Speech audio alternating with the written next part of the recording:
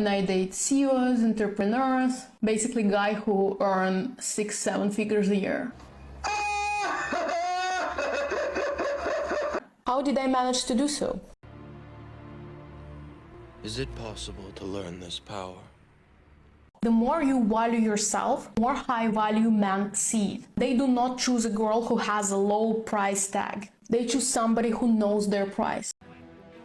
Oh, hell no! Oh, hell no! Oh, hell no!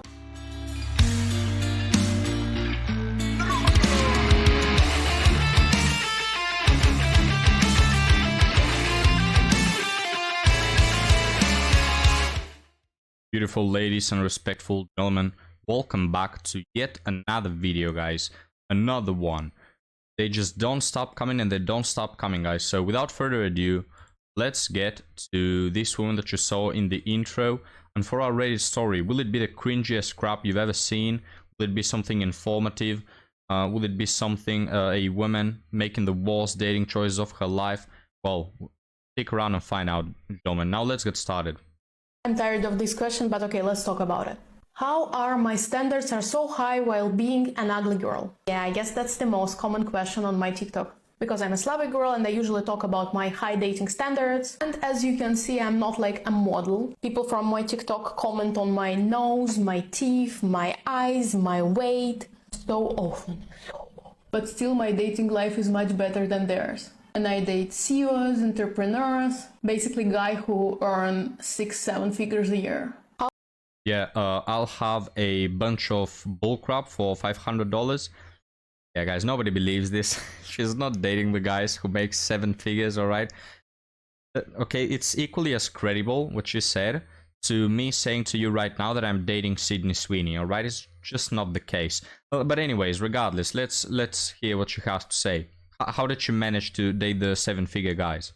How did I manage to do so? The thing is, looks can take you to millionaires. The thing is that looks can take you to a senior manager. But if you want a CEO, the looks will not work. I mean, not only looks. Of course, you should be carrying yourself, looking nice, looking neat. But let's be honest, 60 to 70% of women do this basic level. Next thing you should have character. I remember I met a vice president of the fund. I didn't know back then that he is a VP, and I came super casual on this date. Like it was a year ago and I was in jeans, in my like sneakers, basically after a hangover. But he liked me so much, so much. He was texting me later crazy messages. And I mean, he was super beautiful. He was, and you know why? He told me, because you're witty. He found me witty, basically my sense of humor, my rough part, my joyful part. That guy could choose any model-looking girl. But the thing, he was actually searching not looks. He was searching for joy, for intelligence, for somebody to talk with. Since I'm an entrepreneur myself, we just hit it off immediately. They also search for ambitions. They search for women to talk with. And Sorry, I have to pause it. She's an entrepreneur, translation. She has like this nail business on the side that makes $15 a day, something like this. You know, guys, like throughout my whole life, I've only met one entrepreneur. It's a guy that is now in his 70s. And when he was younger, like he was an entrepreneur, right? Like he was one of a kind. He was one in the whole country. He used to develop these computer programs that he will sell to companies. He will be hired to reorganize the internal structure of businesses. All right, that's a fucking entrepreneur. Not someone who promotes whatever bullcrap on their Instagram. That is what they call it now. They search for women to talk with. And I have all of this. But again, many women do. Many women are smart and witty and career-driven. But what's the difference? They put a low price tag. They think they do not deserve the best. They think they should be model-looking. They think that maybe in another life. And then suddenly they find themselves being rejected by a bartender or by a 25-year-old guy without job. The more you value yourself, more high-value men see it. They do not choose a girl who has a low price tag. They choose somebody who knows their price. Because if in supermarket you see a beef steak which costs $1, you have a feeling that there is something wrong about it. And even the guy without job would say no to it. Same with dating life. The higher you value yourself, the more you get. Let me know what you think in comments. Oh, I'll let you know what I think. It's a nice analogy you made there with the store. Let me make another analogy. How many items do you know, guys, that are overpriced as fuck just because they wear a certain label on them? All right, you can have a black t-shirt that costs $5, but if that black t-shirt wears the Nike logo, oh well, now it's $45, right? There are so many items that are overpriced as hell just because they have this one brand who was the first in business, and that's why it's expensive as hell, because people have grown used to buying it, even though it's probably worse than the competition, right? So you putting a label on yourself doesn't actually make you valuable. Men will be the judge of that. Men will see you and say whether you have value or not. You can sit around saying that you are the most beautiful boss baby in the world. That doesn't make you one though, right? Same with the items. Just because you put a shitty label on them doesn't mean that they are worth the extra $40 that you're paying for that stupid brand that you have on the item. Alright, so this woman now, of course, she's not dating the 7-digit men, guys. And I don't know this whole thing about being witty, being funny. If I wanted someone funny, maybe that's just me, guys, but if I wanted someone funny, I'd just hire a clown, alright? I'd go to a stand-up comedy. If I have to make a top 100 things I'm looking for in a woman, funny and witty will be like, I don't know, bottom tier. They're just not that important. I don't know, guys, maybe I'm growing insane. Maybe men nowadays look for a woman that is happy and funny and all that. So, I don't know, guys, I don't know, but hey, do you buy that she's dating the 7-digit guys and the CEOs? Yeah, guys, sorry, if you were interested in this woman, you have a very long list of competitors that you have to win before you get to the bottom of her heart, right? So, we'll leave this woman here, guys. Of course, the advice is just keep increasing your standards, ladies. You know, just have a even more delusional understanding of yourself. You think you're good, you think you deserve the 6 digits, guys. Well, let me tell you what, you don't think you're good enough. You deserve the 7 digits, guys. And you know what, guys, I think that this woman is lowballing it. She still hasn't reached her peak, you know, thought of herself. She could actually date the 8-digit guys. Little does she realize, right? So still, you see with women, guys, they can always be more. Wait, there's more. They can always think higher of themselves. You think you're God's gift to the earth, you're God's gift to the universe. Just, ladies, never stop increasing your delusional standards, and let's see where that takes you. But now, guys, let's see where this second TikTok takes us. So I recently... Oh, by the way, it's very whimsical, right? Be ready for something very, very whimsical. started feeling the pressure everyone talks about. You know, the whole find a life partner, settle down, because your time can run out one. I really didn't think I would, but I do. But I also decided that unless I find someone that's my absolute best friend, that amplifies my already existing joy, and that matches my enthusiasm for life, I really don't mind how long it takes to find. The thing is, I worked hard to love my own company and to make my brain a nice place to be in, because you know what? It's important to become the love of your own life too. At the end of the day, you're the only person who will spend every second of every day with for the rest of your existence. So don't rush anything. And every time I get an intrusive thought, I just say to myself, I know the love I want and deserve exists because I am full of it. And I don't know, I feel like maybe someone else needed to hear that too. Well, I told you that it's whimsical, right? Maybe some of you weren't prepared for this cutesy video of a woman jumping around and being happy. I told you guys, it's very whimsical. But now, something that I want to go back to, right? She said expectations right here, all right? Let's take a listen to them again. I also decided that unless I find someone that's my absolute best friend, that amplifies... All right, there's the first one. She wants to find someone who is her best friend. Fair enough, right? Love starts from friendship. Now, how many, in percentages, how many men from her life, acquaintances, neighbors, colleagues, how many of them can become her best friend? I would say 70% of them.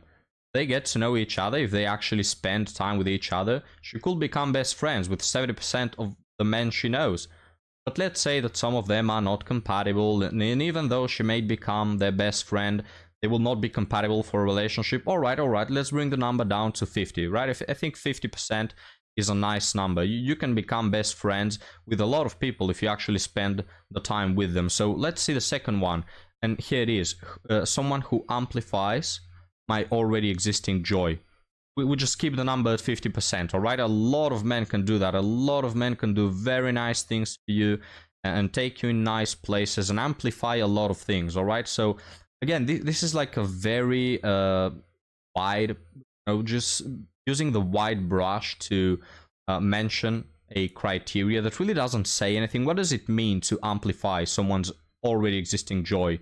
Does that mean that if he has a bad period in his life and he's not amplifying your existing joy, you will cut him, you will divorce, you will leave him?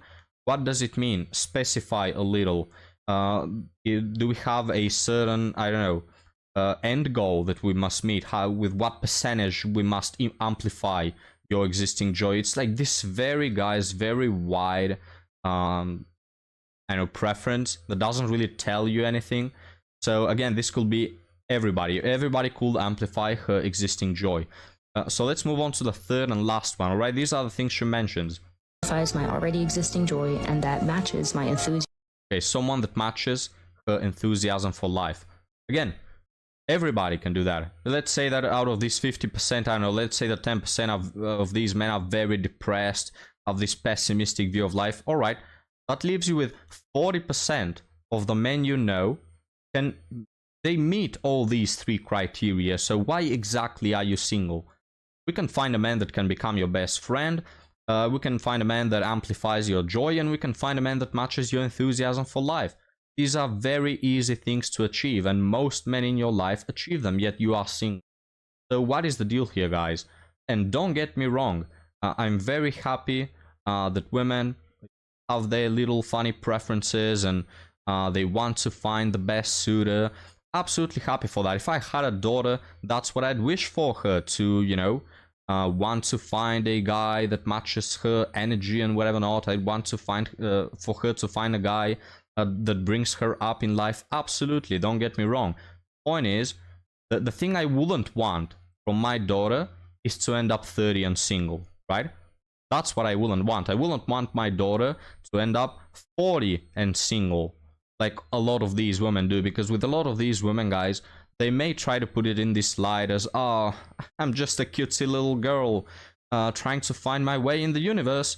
But in reality, they just have unreal expectations and very, very high and just delusional expectations, all right? Like some Disney bullcrap expectations. And this is why they are single, because they could find the man they supposedly want, but they find him and dismiss him because they keep looking for the grass to be greener. Do you agree with me, guys? Or have I become too cynical? But now let's move on to our last woman. This is a dating coach. It's mandatory, alright? YouTube requires me to include one in my videos, otherwise this channel will be banned. So let's take a listen to her and then we'll move on to our Reddit stories. Just remember that a man that won't date you, when his dream girl comes in a month, 2 months, he'll probably want to get married. Because when a man sees you and he's like, that's my girl, there's a sense of urgency and he will do whatever it takes to make sure you're his, because he doesn't want the opportunity to pass. So if you find that a man isn't ready for you, it's not because of the timing, in my opinion. It's because it's just, he's not ready for you. And he might still want to do whatever he has to do and be like, oh, you know what? I'll keep her just because she's a good girl, but I know that she's going to stay around. Pardon me? Well, I don't know how we reached that conclusion. But anyways, yes, when guys meet that one girl, they usually don't mess around. They don't play around. They don't try to keep her like a B option or compare her to Jessie down the street. No, when men find a woman that they know is the woman, they waste no time. And the same applies to women that know what they're doing. I had a viewer ask me on the last video, do good women settle for a guy when they meet him? Yes, that's what good women who know what they're doing do. They meet that one guy, they know it's him, and they don't play around. It's the toxic women that have no plans for life, no plans for their future, and are willing to sacrifice their dating prospects in the altar of instant gratification. These are the toxic ones. So it's a very easy distinction there. Now, gentlemen, What do you think about that? Leave me your thoughts. And now we'll move on to our article story. And we actually have two, alright? Bonus, guys. Gratis. So, let's take a look at the first one. Let's play a game, alright? I want you to tell me which of the two is more cringy. First one, slept with a friend is the title. I slept with a good friend of mine twice. But the day after the last time we slept together, she invited her friends for dinner. One of them she knows since her childhood and sleeps with. They made out in front of me and had S3X in my housemate's room. I got angry, said F you, and didn't talk to her anymore. 3 days later, she came to talk, apologized, and cried. Bro, what are you crying about? What are you crying about? She cries, guys, as if someone raped her, you know, like this thing out of her control. You decided to F with the other guy in front of him, alright? I don't know what you're crying about. That she drinks too much and loses control. Yeah, guys, she just loses control. She just slipped. Oh no, I slipped and now I'm in my all fours waiting to have my back broken by this other guy. Oops, oopsie. You know, I just lost control. Because that's how it happens, apparently. It's not like it's a series of decisions that you have to make before you get with someone in bed. Holy crap, give me a break with these. That day, we had a long conversation.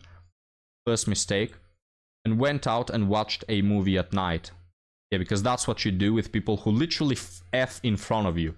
You go and watch a movie with them the next day. Suddenly, she was just on her phone. Then she went out for a call. She said she's leaving to see the other guy.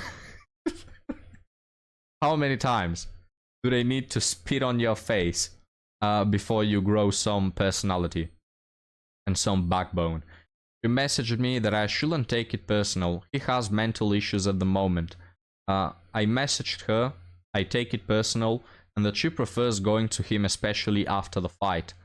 That then I messaged her, we are done. Oh wow. It's gonna break her heart, honestly. That she has to work on her drinking and seeing other guys. I don't want to get into anything toxic. You are already in something toxic. Was I right or too hard? Oh, am I too hard, guys? Will I actually forgive the woman second time after she effed in front of me while supposedly being with me? I don't know, guys. Am I being too hard? It's difficult losing a friend I like. Look, guys, I get it. It's hard. It's hard to cut people from your life. It really is, especially if you're on the more emotional side. But there's this thing, you know, that they call self-respect. Which you should not lose, alright? If there's a certain line that when people transpass, it's over. And the faster you get them out of your life, the better for you, for them, for the world, for the universe, for everything in it. Have some self-respect, have some boundaries. People should know that you're not to be messed around with and not have your time wasted, right? But now, guys, moving on to the second one. Will you believe me if I tell you that it's even more cringe than this one? So, is it cheating if we're exclusive? Is the title. I repeat, is it cheating if we are exclusive? My bro, do you know what a dictionary is? Go look for the word exclusive and you tell me if it's cheating. Found out my girlfriend hooked up with her friend 4 months into us being exclusive. She was the one that suggested we be exclusive after getting an STD a month into us dating. So we don't know if she got this STD because of herself or because of the guy doing something outside of them too. She says it's not cheating because we went official, but I call BS. Aha, you see, because, well, we are exclusive, but we're not a relationship, so it's not cheating. And if they were in a relationship, she will say, well, we're in a relationship, but I don't see a ring on my finger, so it's not cheating. Haha. I played this little word game on you. What you gonna do now? What's your next move? Edit. She agrees it was messed up, but doesn't classify it as cheating. Wow, what a 4D chess movement, eh, guys? We're not together. Because you don't know, guys, the amount of people I've seen that are in relationships. And it's always the woman, guys. Most of the cases is the woman. She says something like, I need a break. I need time to focus on myself and heal. And then we'll move back into the relationship. And the first thing they do, It's the same day that they break up. They go to spread their legs with some men, right? I've seen this so many times. And then when they come up to terms with it with the guy, they say, well, I hooked up with all these guys, but we were on a break. We weren't technically together, haha. It's like, miss me with that, all right? Miss me with that children's game, with that bullshit. Just miss me. Guys, if someone cheats on you, and yes, it's cheating. If someone cheats on you while you are in the dating, in the getting to know each other phase, it's cheating.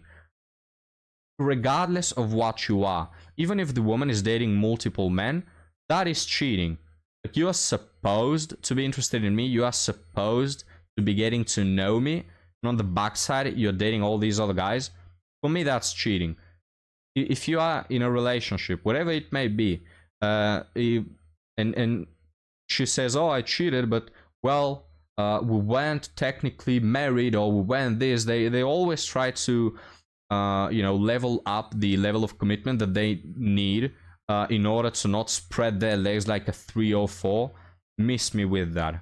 All right. And I tell you what, guys, if I ever have a son or a daughter and they are engaged in whatever way to this sort of bullcrap, like the one is cheating, the other one is in a situationship because we're not exclusive, and the first one is having an STD, and the second one doesn't know what's happening, doesn't know what to do, doesn't know if it's cheating.